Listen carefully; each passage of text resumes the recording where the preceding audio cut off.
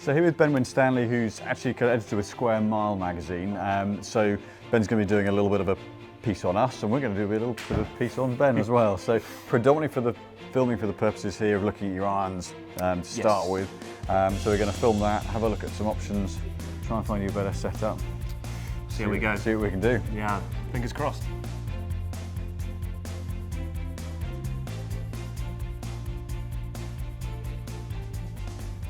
So the interesting thing is, obviously longer than standard, so you're 6'4", and whilst we might not kind of measure wrist to floor measurements, essentially by looking at your stature, posture, leg length. So you're quite long-legged, so your pivot point's higher up, so longer than standard is a must. Even if you had a slightly longer arm length, you're still starting from a point where your bending point's higher up. Yes. And they're kind of roughly half an inch, just over half an inch, 5/8 of an inch over kind of standard, so 6 iron at just over 38 inches.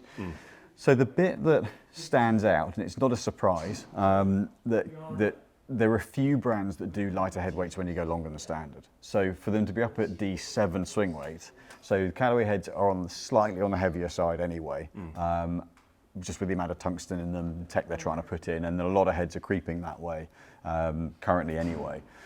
But on a KBS Tour V, which is a slightly higher balance shaft, to be up at D7 is pretty sturdy. So they're very head heavy. So it's not tip balanced in the shaft. It's not like there's a super light grip on. They're just head heavy. Yeah. So what that does is it gets the head kind of detached. It's kind of lead ball on the end of a piece of string. So you can move, and that club head, if you get slightly out of plane, out of sequence, that club head can get quite out of sync. Yeah. So that involves then a lot of saving of the club face. Yeah. And before we started filming, you were saying actually you're at the range and the misses were left. Well, what happens is that if that club head gets back here, then you've got to play catch up. Yeah. So that means the club face is rotating really pretty fast. Yeah. So the miss pattern can be quite varied. So kind of feeling like it's stable and quiet through the ball and simple, quite hard to do. So you're reliant on these things quite a bit. So shaft is exactly the same that Ben uses. It's exactly the same length. I've gone to a head to take the swing weight down. So we know that the head weight's an issue. So starting kind of normalise the balance, and then we can see what a neutral setup swing's like, and then we can take a balanced view forward as before we go from there.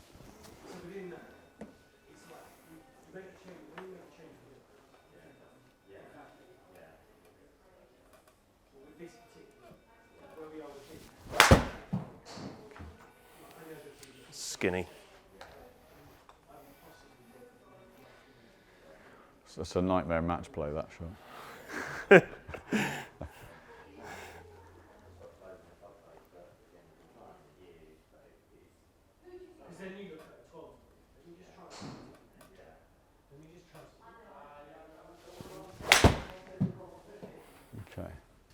I'm going to watch one more, then I'll make a bit of a change. So what I can see immediately, it ain't going left. And you go, well, lighter's going to go left. But this is not ripping left on you, which is great. So without changing too much, my knee-jerk reaction is to try and hit it harder, just to see.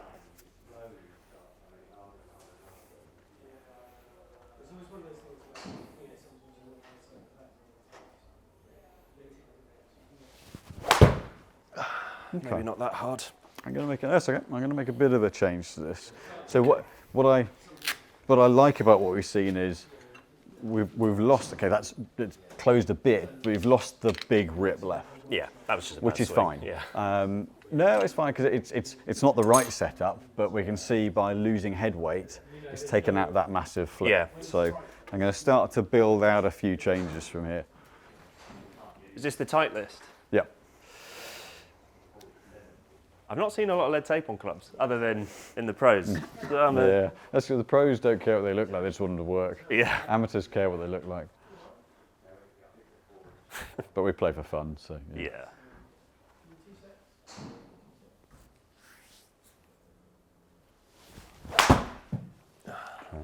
Didn't feel like a great swing, to be honest. Interesting that went left there. Okay.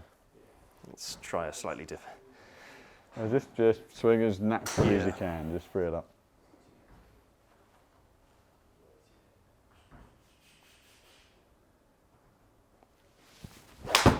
That's more like it. Okay, let's see one more. Then.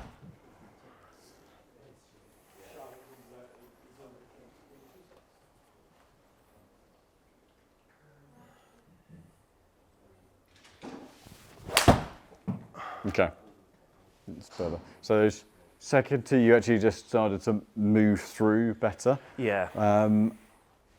Okay, I'm going to exaggerate that change a little bit more.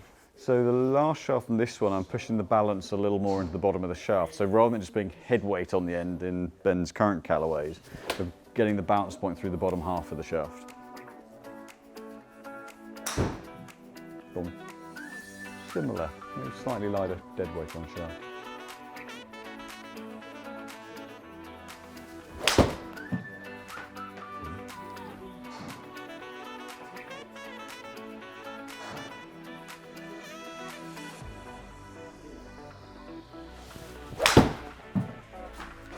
So we tested essentially normalising balance on the existing setup, which we could see less head heavy is good, but it just didn't quite look like there was enough to hit against. I then went a little bit lighter dead weight, but keeping a bit of bounce on the bottom end, pushed the balance point a bit with the last shaft, and it's close. Certainly the Torvies, the 110s that Ben's got the dead weight's pretty darn close, but the weight's not in the right place in the shaft. So just going back to that first one, because the Dynamic Gold 105s are a bit more tip heavy than the Modus 105s that we're in now, and it just looked like Ben had to fetch the bottom end through a bit more. So just toning it back a fraction.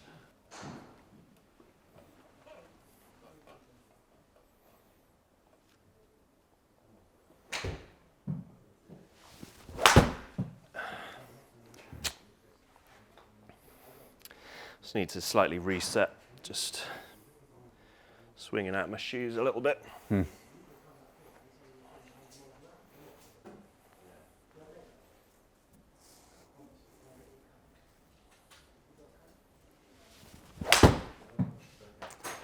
I'm just going to increase head weight a fraction, just a fraction. Yeah.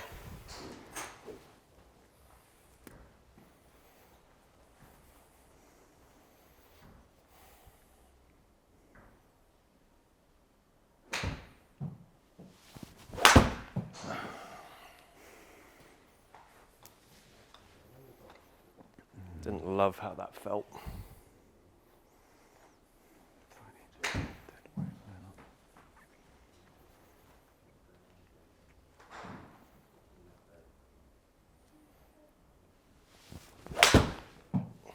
feel like I'm having to swing this one quite hard. Yeah, that's not tracking quite as well. So it might be a dead weight thing or on the balance point thing. Okay. And so sometimes something that looks really good first time round can look horrible when you go back to it, because if you've gone to something which actually is slightly better suited, so that Dynamic Gold 105 really isn't far off, but I've got to make a very slight change because it sits very slightly lighter than that shaft. So, okay.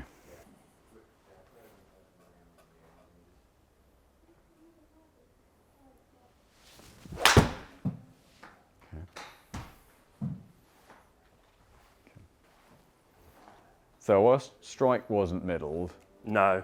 I quite liked the flow of it. The actual, the pattern through the ball looked nice. Okay.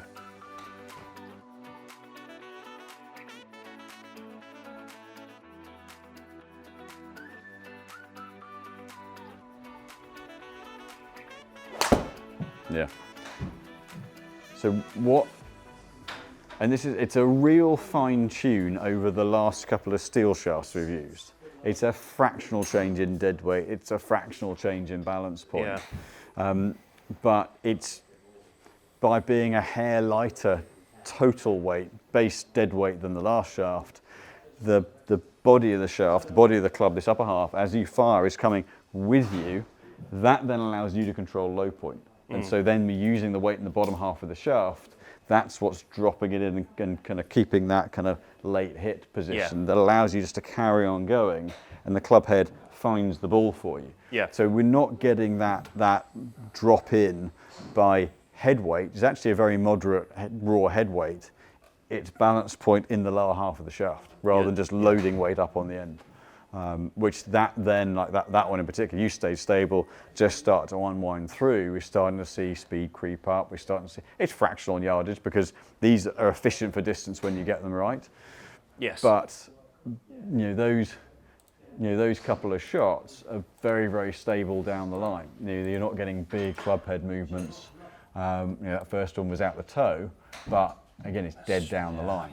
So that, from a timing point of view, starts to look that little bit more, that bit better matched up. It's the one that's felt the least foreign body in my hands so far. Yeah, certainly. And from that first swing, it looked like everything was connected, which was nice. I'm just going to put one of the other ones back in as a cross reference. And the Atmos series of shaft has a very similar balance point to the Axiom. I'm trying very hard to not let that lead my thoughts and feelings on it. But just from a pure, like the shape I'm making when I'm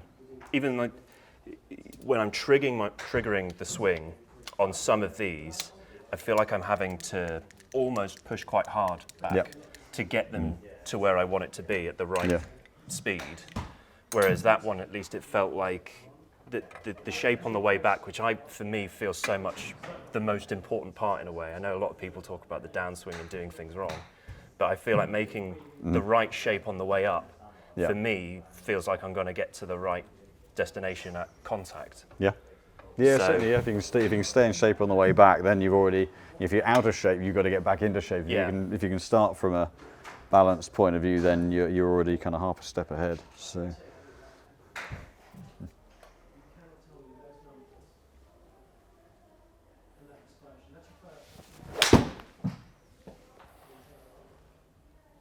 Is that going to turn? Yes.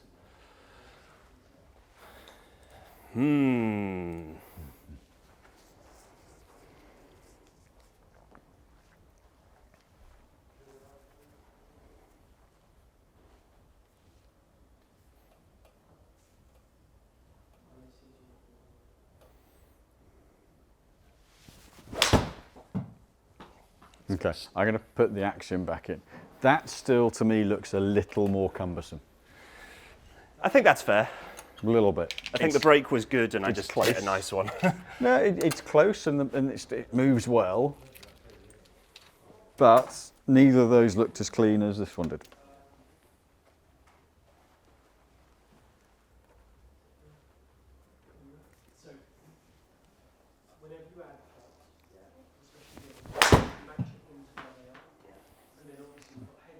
Felt closed.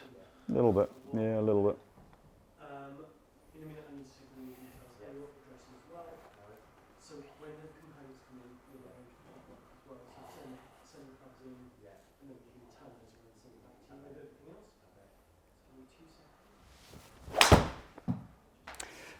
Still prefer that setup.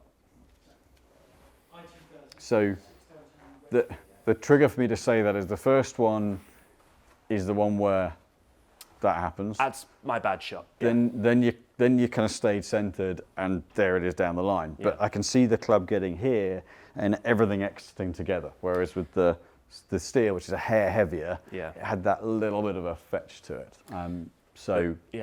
That's the right shot. Yeah, so we're next going to look at, relative to where we're at now, the flight's in a good place. So it's like to be a fine tune, but we're going to look at some head styles and just see, does one just give, whether it's a better feel, slightly more efficiency. We'll dial into the minutiae of the head side of things next.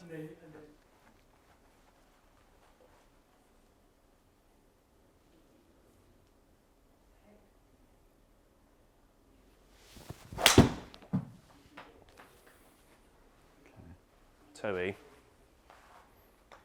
Not a bad toe though. Yeah. That's interesting. But I'm feeling like I can turn back more without delivering what I feel like is more force. Yep. Which is to say, I'm happy with the shaft. Yeah, it looks tighter through the ball.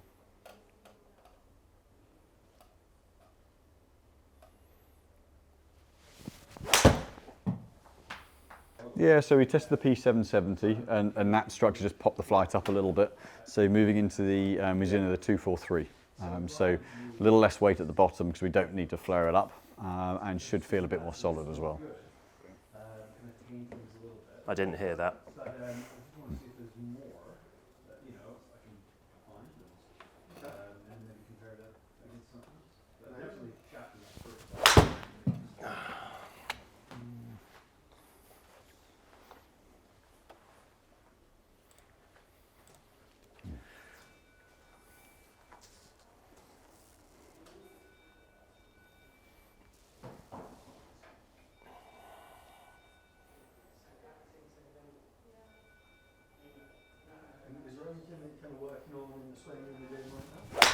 Oh, that's big toe.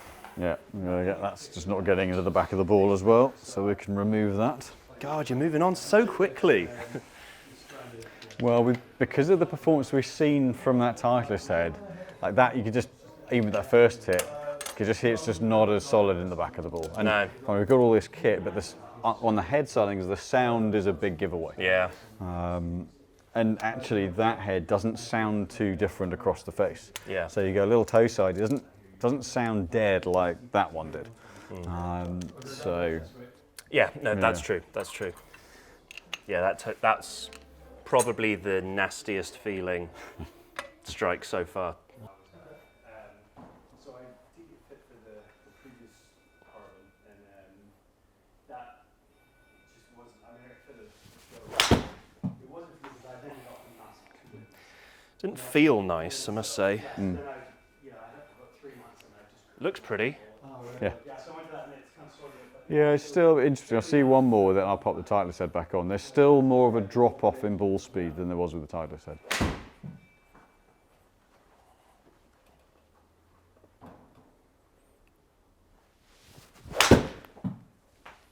It's about as good as I That can was a swing better it, to hit, be honest. Yeah, yeah, and for a better, cleaner hit, it's not a million miles off where we were, but we've still not got the same efficiency as we did out the Titleist head. Just